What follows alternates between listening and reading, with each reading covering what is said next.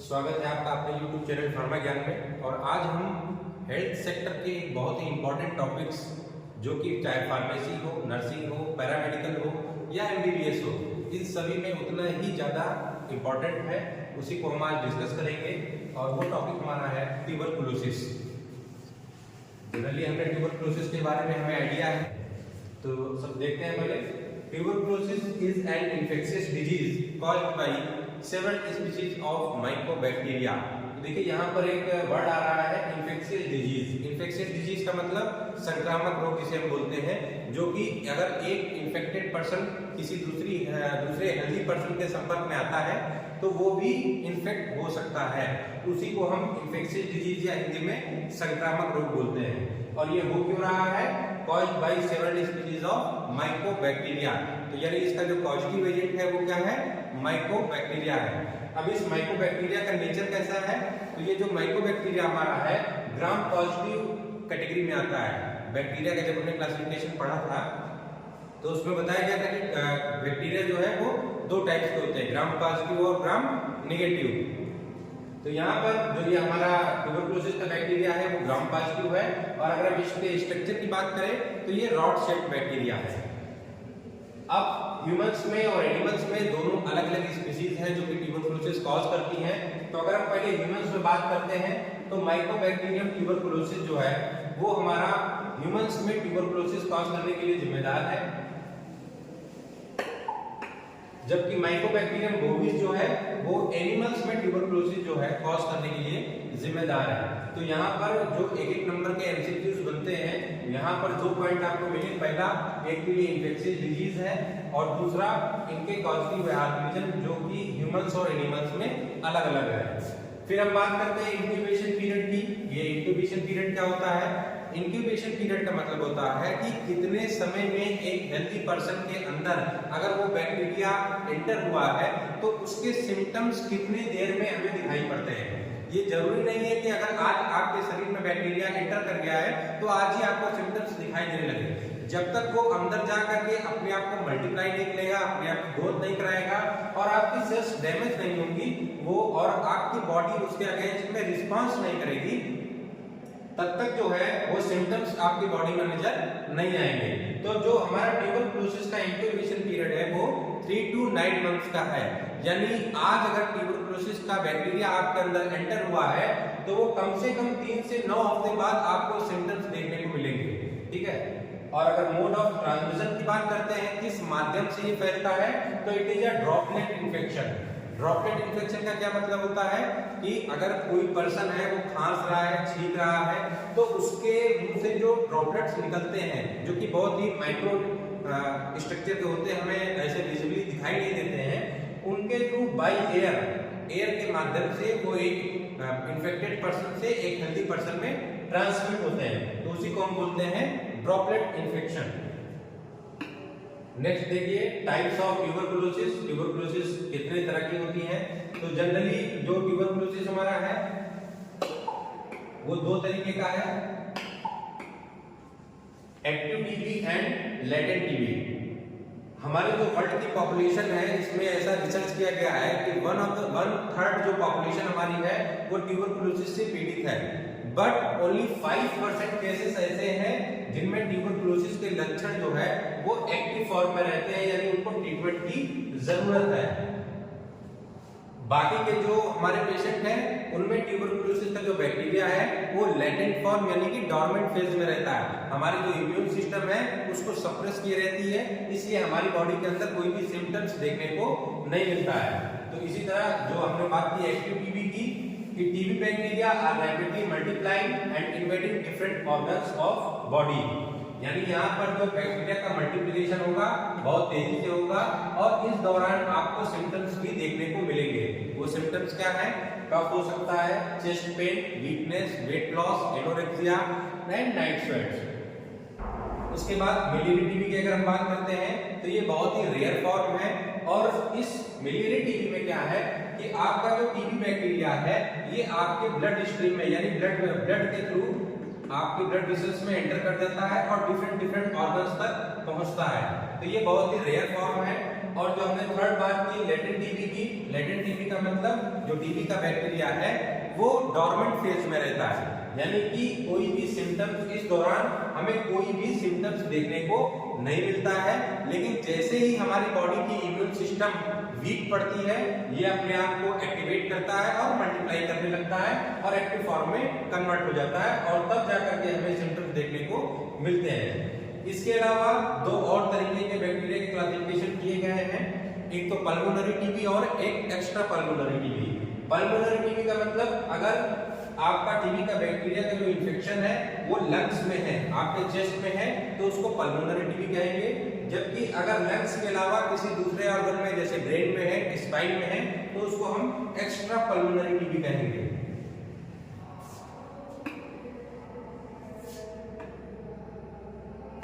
बात होती है सिम्टम्स की, ट्यूबरकुलोसिस के सिम्टम्स क्या है। तो यहाँ पर देखिए जैसे मैंने बताया कि इसका मेजर सिम्टम्स क्या है, कफ है। आपने भी देखा होगा जो टीबी के पेशेंट हैं उनको खांसी बहुत आती है और खांसी के साथ साथ बलगम निकलता है जिसको हम स्प्यूटम बोलते हैं। इस स्प्यूटम के साथ साथ में ब्लड भी आ सकता है, ब्लडी स्प्यूटम हो सकता है। पेशेंट को भूख नहीं लगेगी, वजन कम होता जाएगा, उसको कमजोरी महसूस होगी और रात में पसीना आना भी एक इम्पोर्टेंट सिम्टम्स है ट्यूबरकुलोसिस का।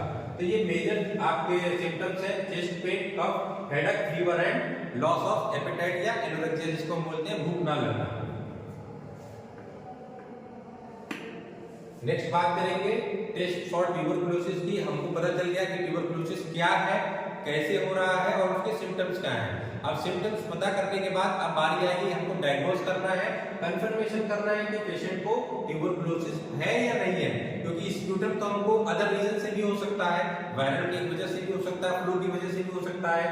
तो हमको आइडेंटिफिकेशन के लिए कुछ टेस्ट कराने पड़ेंगे, जिनमें आपका पहला टेस्ट है एक्सरे। अगर स्प्यूटम आपकी बॉडी के अंदर बना हुआ है तो और चेस्ट में है तो एक्सरे के माध्यम से भी हम जब देखेंगे तो वो आपको एक्सरे में क्लियरली विजुअल होगा। दूसरा ब्लड टेस्ट, जब भी कोई एंटीजन या फॉरेन सब्सटेंस हमारी बॉडी के अंदर जाता है तो हमारी बॉडी क्या करती है, उसके अगेंस्ट में काम करती है और वो जो हमारी जो फर्स्ट लाइन ऑफ डिफेंस है बॉडी की WBC, वो जब इनके अगेंस्ट में लड़ाई करती है तो उससे जो हमारी बॉडी के अंदर डैमेज होता है वो रिस्पांस, वो सिम्टम्स हमको देखने को मिलते हैं। और जब हम ब्लड टेस्ट कराते हैं तो CBC के थ्रू हम जब ब्लड के सारे कंपोनेंट देखते हैं तब WBC के जितने भी प्रोफाइल है, न्यूट्रोफिल्स, बेसोफिल, इसिनोफिल्स, ये आपको हमेशा बढ़े हुए मिलेंगे। इनकी जो क्वांटिटी है वो नॉर्मल रेंज से हमेशा बढ़ जाती है। फिर नेक्स्ट है आपका स्प्यूटम टेस्ट, जिसको हमने बताया कि जो पेशेंट है ट्यूबरकुलोसिस का स्प्यूटम या बलगम उसमें प्रोड्यूस होता है और इस स्प्यूटम की हम जांच करते हैं बैक्टीरिया के आइडेंटिफिकेशन के लिए कि कौन सा बैक्टीरिया मौजूद है। उसके अलावा जो मेन और बहुत ही इंपॉर्टेंट टेस्ट है जिससे कि क्लियरली इन्फॉर्म कट हो जाता है कि पेशेंट को ट्यूबरकुलोसिस है या नहीं है, वो क्या है आपका मॉन्टक्स टेस्ट या ट्यूबरकुलिन स्किन टेस्ट। इसको मॉन्टक्स टेस्ट भी बोलते हैं या ट्यूबरकुलिन स्किन टेस्ट भी बोलते हैं। क्यों बोलते हैं? क्योंकि इसका जो इन्वेंशन है या जो यूज है सबसे पहले चार्ली मॉन्टक्स नाम के एक फिजिशियन ने किया था और उन्हीं के नाम पे इस टेस्ट को मॉन्टक्स टेस्ट के नाम से जाना जाता है। उससे पहले 1941 में रॉबर्ट कोच ने एक डेड ट्यूबरकुलोसिस बैक्टीरिया से जो है प्रोटीन को आइसोलेट किया और उसके प्यूरिफिकेशन करने के बाद उसको इस टेस्ट के लायक बनाया, जिसको यूज किया चार्ली मॉन्टक्स ने। इसीलिए इसको या तो ट्यूबरकुलिन स्किन टेस्ट बोलते हैं या मॉन्टक्स टेस्ट बोलते हैं। ये मॉन्टक्स टेस्ट है क्या? जैसे कि आप इस फिगर में देख पा रहे हैं, हमारी जो रिस्ट है और एल्बो है, इस रिस्ट और एल्बो के बीच में जो जगह है इसमें हम इस ट्यूबरकुलिन को इंजेक्ट करते हैं और इसको इंजेक्ट करने के 48 से 72 आवर्स के बाद जब हम देखते हैं तो इंजेक्ट करने वाली जो स्पॉट है वहां पर रेडनेस या बल्बिंग जिसे बोलते हैं वो आपको विजिबल हो जाता है। और अगर ये रेडनेस 5 mm से ज्यादा है, अगर 6 से 15 mm के बीच में ये रेडनेस है या इससे ज्यादा है तो ये जो टेस्ट है हमारा पॉजिटिव हो जाता है और इंडिकेट करता है कि आप जो पेशेंट है उसको ट्यूबरकुलोसिस है। और अगर ये रेडनेस 5 mm से कम है, लेस देन 5 mm है, तो क्या है, उस पेशेंट को टीबी नहीं है। अब डायग्नोसिस होने के बाद अब हम क्या करेंगे, उसका ट्रीटमेंट करेंगे। तो ट्रीटमेंट में भी उसके दो तरीके के ट्रीटमेंट हैं, एक तो फार्माकोलॉजिकल ट्रीटमेंट और एक नॉन फार्माकोलॉजिकल ट्रीटमेंट। तो सबसे पहले हम नॉन फार्माकोलॉजिकल ट्रीटमेंट देख लेते हैं। ये नॉन फार्माकोलॉजिकल ट्रीटमेंट क्या है? फार्माकोलॉजिकल ट्रीटमेंट का मतलब होता है ड्रग ट्रीटमेंट, हम कौन से ड्रग्स यूज कर रहे हैं। जबकि non pharmacological treatment other than drugs, supportive चीजें क्या है जिनको करके हम अपनी बॉडी के इम्यून सिस्टम को स्ट्रॉन्ग कर सकते हैं, जो कि हेल्प करेंगी उन मेडिसिन को आपके ट्रीटमेंट में। तो क्या है? ब्रीदिंग एक्सरसाइजेस है, क्योंकि आपके चेस्ट में कंजेशन रहता है, स्प्यूटम रहता है, इसीलिए हम ब्रीदिंग एक्सरसाइज करेंगे, उससे हमारे चेस्ट की जो ऑक्सीजन कैपेसिटी है वो बढ़ेगी। उसके बाद healthy and protein rich diet, अपनी डाइट में हम प्रोटीन, जैसे हमने बताया कि इसमें कमजोरी हो जाती है, वजन घटने लगता है, इसीलिए आपको हाई प्रोटीन और हेल्दी डाइट चाहिए। फ्रेश फ्रूट्स एंड वेजिटेबल चाहिए, जिससे कि आपको विटामिन मिल सके। आपको स्मोकिंग और एल्कोहल को छोड़ना पड़ेगा, क्यों? क्योंकि ये कंस्ट्रक्शन का काम करते हैं। अगर आपकी बॉडी में ऑलरेडी स्पूटम प्रोड्यूस हुआ है और अगर आप स्मोक करते हैं या एल्कोहल करते हैं, तो ये क्या करेंगे, आपकी जो चेस्ट के जो स्मूथ मसल्स हैं वहां पर कंट्रैक्शन करेंगे, जिससे कि सांस लेने में और ज्यादा दिक्कत हो जाएगी। उसके अलावा योगा एंड मेडिटेशन है, प्रॉपर रेस्ट करेंगे और ऑक्सीजन थेरेपी। किसी पेशेंट को अगर जरूरी रहता है, अगर सपोज कहीं ज्यादा स्पूटम का प्रोडक्शन हो गया है, तो क्या होगा, जो गैसेस एक्सचेंज है, ऑक्सीजन का कार्बन डाइऑक्साइड से जो एक्सचेंज है वो नहीं हो पाएगा और पेशेंट को सांस लेने में दिक्कत होगी। तो उसके लिए हम इस ऑक्सीजन थेरेपी को यूज करते हैं। ये तो बात हुई हमारे नॉन फार्माकोलॉजिकल ट्रीटमेंट की। अब आ जाते हैं फार्माकोलॉजिकल ट्रीटमेंट, यानी किस ड्रग के थ्रू हम इसको प्रिवेंट कर सकते हैं या पूरी तरीके से खत्म कर सकते हैं। तो एंटी ट्यूबरकुलर ड्रग्स को हम इसमें यूज करेंगे। ये एंटी ट्यूबरकुलर ड्रग्स क्या है? The drugs which are used for the prevention and treatment of tuberculosis is known as anti tubercular drugs. जो दवाएं ट्यूबरकुलोसिस के रोकथाम और उपचार में यूज हो जाती हैं, उन्हीं को एंटी ट्यूबरकुलर ड्रग्स कहते हैं। इनको दो कैटेगरी में डिवाइड किया गया है, फर्स्ट लाइन ड्रग्स और सेकंड लाइन ड्रग्स। तो सबसे पहले हम फर्स्ट लाइन ड्रग्स की बात करते हैं। तो इसमें 5 ड्रग्स आपकी आती हैं जो कि फर्स्ट लाइन ड्रग्स है। कौन कौन सी है 5? ये HRZES। इसको याद करने के लिए जो एक शॉर्ट तरीका है वो क्या है? पेरिस। अगर आप पेरिस को देखते हैं तो 5 ड्रग्स इसमें आपकी आ जाएंगी। इसमें H फॉर H जो है, या डायरेक्टली इस तरीके से भी HRZES से भी याद कर सकते हैं, और नहीं तो जो पेरिस लिखा हुआ है यहां से भी आप याद कर सकते हैं। P फॉर पायराजिनामाइड, जो यहां पर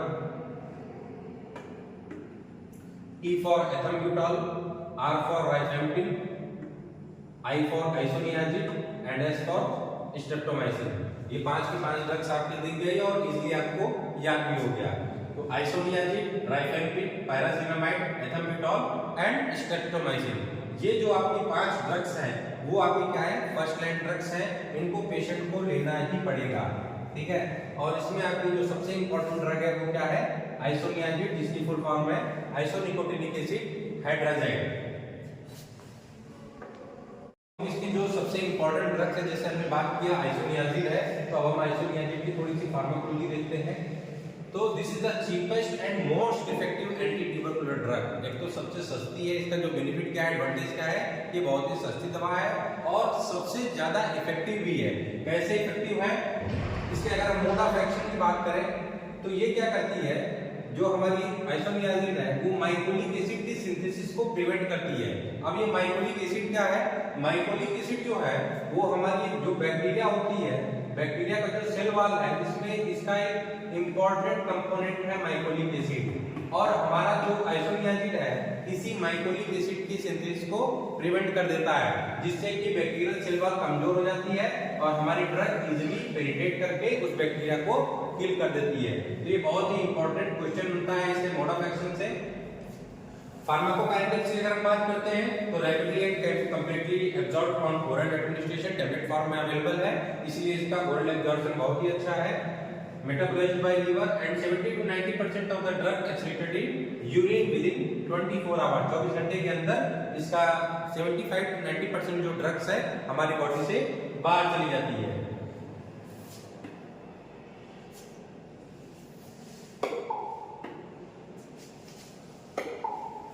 फिर देखते हैं इंटरेक्शन की। तो antacids interfere with GI absorption.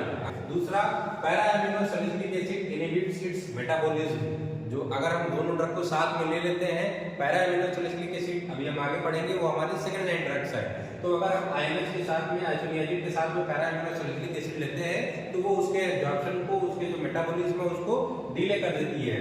और थर्ड क्या है, INH inhibits metabolism of phenytoin, diazepam and warfarin. अगर एडवर्स इफेक्ट की बात करते हैं, साइड इफेक्ट क्या है, तो इसका जो मेजर साइड इफेक्ट है वो क्या है, हेपेटाइटिस, लीवर डैमेज होने के बहुत ही ज्यादा चांसेस रहते हैं और हेपेटाइटिस जो है इसका एक मेजर साइड इफेक्ट है। इसके साथ साथ में पेरिफेरल न्यूरोपैथी भी इसका एक मेजर साइड इफेक्ट है, जो कि एग्जाम में काफी बार पूछा भी गया है। कॉम्पिटिटिव एग्जाम में ये दोनों ही साइड इफेक्ट कई बार पूछे गए हैं। इनके अलावा कॉमन एलर्जी हो सकती है, नॉजिया वोमिटिंग जो कि कॉमन रहते हैं वो भी हो सकती है। प्रिपरेशन की अगर बात करते हैं तो 50, 100 एंड 300 एमजी टैबलेट में अवेलेबल है, सिरप फॉर्म में भी अवेलेबल है और इंजेक्शन में भी अवेलेबल है। ब्रांड नेम में अगर हम देखते हैं तो आइसोनेक्स नाम से मार्केट में ये ड्रग मौजूद है। अब हम दूसरी ड्रग्स अपनी देखते हैं,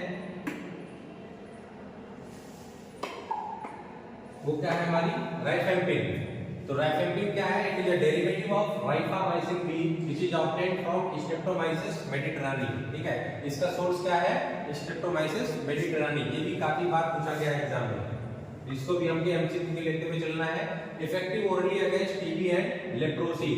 राइफेम्पिन जो है हमारी ड्रग ऑफ चॉइस है लेप्रोसी की, but it is also effective in हमारे ट्यूबरकुलोसिस में and it is bactericidal in nature and it is the only drug which act on persisters, जो कि जा करके किसी ऑर्गन में अपने आप को डॉर्मेंट फेज में ले जा करके छुपे रहते हैं, उन परसिस्टर्स पे भी ये एक्ट करती है।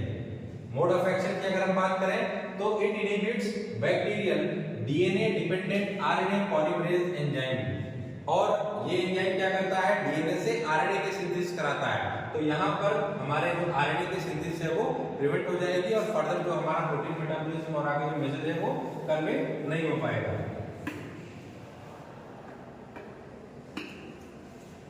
नेक्स्ट देखिए इसका फार्माकोकाइनेटिक्स में, it is well absorbed from the GIT. जितनी भी ड्रग्स हमारी टैबलेट फॉर्म में अवेलेबल है उनका ओरल एब्जॉर्प्शन अच्छा रहेगा, metabolized in liver and half life is variable 2 to 5 hour. इनका जो हाफ लाइफ है कंपेयर अगर करेंगे आइसोनियाजिड से तो बहुत ही कम होता है। एडवर्स इफेक्ट्स में सेम रहेगा, हेपेटाइटिस या जॉन्डिस, ठीक है, और इसके साथ साथ में रेस्पिरेटरी सिंड्रोम या ब्रीथलेसनेस, किसी को सांस लेने में दिक्कत भी होती है, और फ्लू लाइक सिंड्रोम भी जनरेट होती है। पेशेंट को बुखार आता है, ठंडा लगता है, सर में दर्द होता है, तो फ्लू सिंड्रोम भी जनरेट होते हैं। प्रिपरेशंस में तो 150, 300, 450 एंड 650 के कैप्सूल फॉर्म में अवेलेबल है, सिरप में अवेलेबल है। ब्रांड नेम की अगर बात करें तो राइफामाइसिन नाम से ये मार्केट में मौजूद है।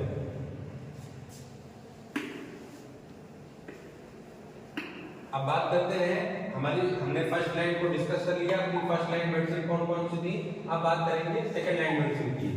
तो सेकंड लाइन मेडिसिन ये सपोर्टिव मेडिसिन होती हैं जो कि हमारी फर्स्ट लाइन को सपोर्ट करती हैं। इसमें जनरली हमारे सारे एंटीबायोटिक्स आती हैं, जैसे एल्बिकासिन हो गया, कैनामाइसिन हो गया, clarithromycin, azithromycin, linezolid, para amino salicylic acid, ethionamide and ciprofloxacin. ये सारी की सारी एंटीबायोटिक्स हैं और हेल्प करती हैं हमारी फर्स्ट लाइन ड्रग्स को प्रिवेंशन एंड ट्रीटमेंट में। उसके बाद कॉम्बिनेशन थेरेपी भी इस समय मौजूद है। हमारी जो फर्स्ट लाइन ड्रग्स हैं उनकी अलग अलग टैबलेट फॉर्म में भी मौजूद है वो मार्केट में, और एक सिंगल टैबलेट में भी ये चारों जो ड्रग्स हमारी हैं, राइफेम्पिन, आइसोनियाजिड, पैरासिटामोल, एथाम्बुटोल, ये चारों की चारों एक सिंगल टैबलेट में भी अवेलेबल है। फिर नेक्स्ट देखेंगे, हर जिले में एक डॉट सेंटर मौजूद है। डॉट्स का फुल फॉर्म क्या है, directly observe treatment short course. ये हर जिले में जो सरकारी हमारे अस्पताल है वहां पर एक डॉट सेंटर आप देख सकते हैं, इस तरीके का डॉट सेंटर मौजूद है जहां पर पेशेंट का ट्रीटमेंट सरकार द्वारा निःशुल्क किया जाता है, और वहां पर जितने भी हमारी फर्स्ट लाइन ड्रग्स हैं उनको दिया जाता है। और WHO ने इसकी शुरुआत 1995 में की थी। ये भी क्वेश्चन जो है कई बार एमसीक्यू में पूछे जा चुके हैं कि डॉट्स का फुल फॉर्म क्या है और डॉट्स कब लागू हुआ। ठीक है, तो इसको भी हमको देखते हुए चलना है। डॉट्स का सिंबल देख सकते हैं, इस तरीके का सिंबल है जो कि आपको सरकारी अस्पताल में इजीली देखने को मिल जाएगा।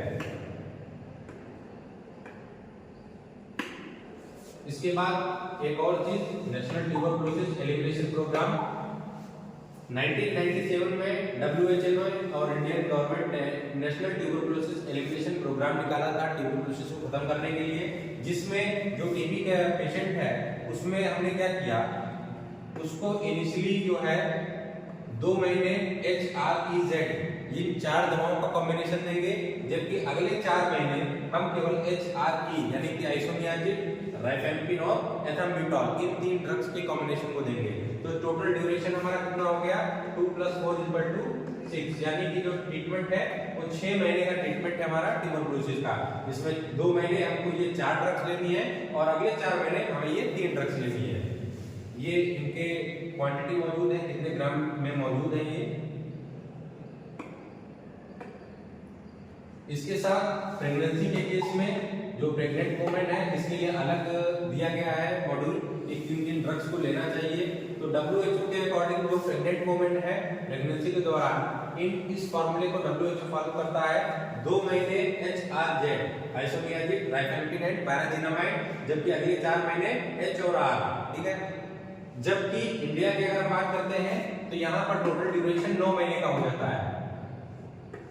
यहाँ पर 6 महीने WHO 6 मंथ कहता है, जबकि इंडियन गवर्नमेंट ने 9 मंथ का ट्रीटमेंट जो है प्रेगनेंसी के लिए अलाउ किया हुआ है। इसमें फर्स्ट 2 मंथ में HRE और अगले 4 मंथ में H और R, इन 2 ड्रग्स का कॉम्बिनेशन दिया जाएगा। जबकि जो हमारी स्ट्रेप्टोमाइसिन है ये कंट्राइंडिकेटेड है, इसको प्रेगनेंसी में यूज नहीं करते हैं।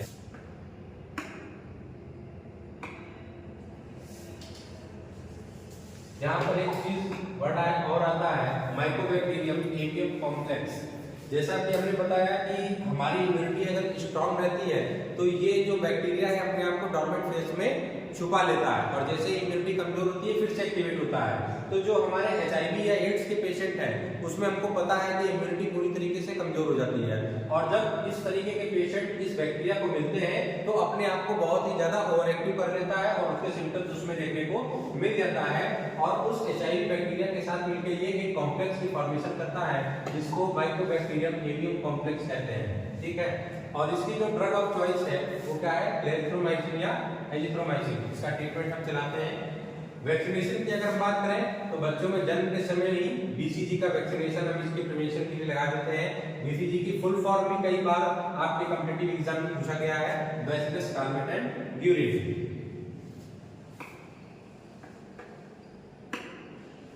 अब हम बात करते हैं अगर इसके पैथोफिजियोलॉजी की, किस तरीके से ये बॉडी के अंदर एंटर करके कॉज करता है टीबी को। तो सबसे पहले देखिए, inhalation of air droplets containing Mycobacterium tuberculosis. Suppose करिए कोई एक पर्सन है, उस पर्सन के संपर्क में कोई हेल्दी पर्सन आया तो क्या होगा, उस जो इन्फेक्टेड पर्सन है उसके मुंह से माइक्रो ड्रॉपलेट के फॉर्म में निकलेंगे और वो दूसरे पर्सन में एंटर करेंगे। इस तरीके से माइक्रो ड्रॉपलेट के फॉर्म में निकलेंगे और जो दूसरा पर्सन है उसमें वो चीज एंटर हो जाएगी, ठीक। तो इनहेल कर रहा है जो दूसरा हेल्दी पर्सन है, वो क्या कर रहा है, इनहेल कर रहा है, बाई एयर उसको अपने अंदर ले रहा है या वो जा रहा है। वो आपके फिर रेस्पिरेटरी जो सिस्टम है वहां से होते हुए जो हमारा लास्ट, अगर हम लंग्स का स्ट्रक्चर देखते हैं तो लास्ट जहां पर गैसेस एक्सचेंज होता है वो क्या है, एल्वियोलाई। तो रीचेस टू द एल्वियोलाई, वहां तक उसकी पहुंच होगी। उसके बाद इनगल्फमेंट बाय मैक्रोफेजेस। हमारी जो फर्स्ट लाइन डिफेंस क्या है, जैसे ही हमारे अंदर कोई भी एंटीजन एंटर करता है, मैक्रोफेजेस ये जो उनको किल करने का काम करते हैं या इंगल्फ करने का काम करते हैं। तो यहाँ पर जो मैक्रोफेजेस है वो उसको इंगल्फ करेगा, ठीक है। इंगल्फमेंट के बाद क्या होगा, replication of bacteria into other sales, ये इसको इंगल्फ कर लेगा। बैक्टीरिया इंगल्फमेंट के बाद ये अपने आप को मल्टीप्लाई करना शुरू करेगा। मल्टीप्लिकेशन के साथ एक और चीज होगा कि ये जो हमारे माइक्रोफेजेस हैं इसको चारों तरफ से इसको एक लेयर बना देंगे और इसको घेर लेंगे। जो हमने डॉर्मेंट फेज या लेटेंट फेज की हम बात करते हैं वो यही है कि ये एक माइक्रोफेजेस की लेयर के द्वारा इसको घेर लिया जाता है और बैक्टीरिया जो है अपने आप को डॉर्मेंट फेज में कर लेता है। तो इस स्ट्रक्चर को ग्रेनुलोमा बोलते हैं, ठीक है। ये तब तक पड़ा रहेगा जब तक कि आपकी इम्यूनिटी स्ट्रांग है। जैसे ही आपकी इम्यूनिटी कमजोर होगी ये इस बैरियर को तोड़ देगा और बाहर निकल आएगा और आपके ब्लड स्ट्रीम से होते हुए डिफरेंस ऑर्गन तक पहुंच जाएगा। तो जैसे ये अपने आप को जब डिवाइड करना शुरू करता है तो इसके अगेंस्ट में जैसे कि हमारा जो डिफरेंस है WBC है वो काम करना शुरू करती है और उनकी वजह से कुछ लोकल इंफ्लेमेटरी चेंजेस या रिस्पांस आपको देखने को मिलते हैं। इस प्रेडिक्ट जैसे हमने बताया कि जैसे ही आपकी इम्यूनिटी कमजोर पड़ेगी ये इस बैरियर को तोड़ के बाहर आएंगे और ब्लड स्ट्रीम से होते हुए और लिम्फ नोड्स में भी वो जाकर के इकट्ठा हो जाते हैं। वहां से आपकी जो टी हेल्पर सेल्स है वो एक्टिवेट होंगी और उनके थ्रू फिर हमारे रिस्पांस देखने को मिलेगा, जिसमें आपका अगर लिक्विफेक्शन ऑफ ग्रैनुलोमा है यानी कि आपके इस ग्रैनुलोमा को तोड़ के वो बाहर आ रहा है और इन्फेक्शन कॉज कर रहा है तो वो प्राइमरी टीबी हो गया या एक्टिव टीबी हो गया, और अगर अपने आप को वो डॉर्मेंट फेज में कर ले रहा है तो वो लेटेंट टीबी हो गया। तो इस तरीके से दोनों फॉर्म इसके चलते हैं। अगर इम्यूनिटी मजबूत है तब तो वो डॉर्मेंट फेज में पड़ा रहेगा, अगर इम्यूनिटी कमजोर हुई तुरंत वो अपने एक्टिव फॉर्म में कन्वर्ट हो जाएगा। तो आज के लिए इस टॉपिक में जो हमारे वन लाइनर निकल करके आए जिसमें कि पूरी समरी रहेगी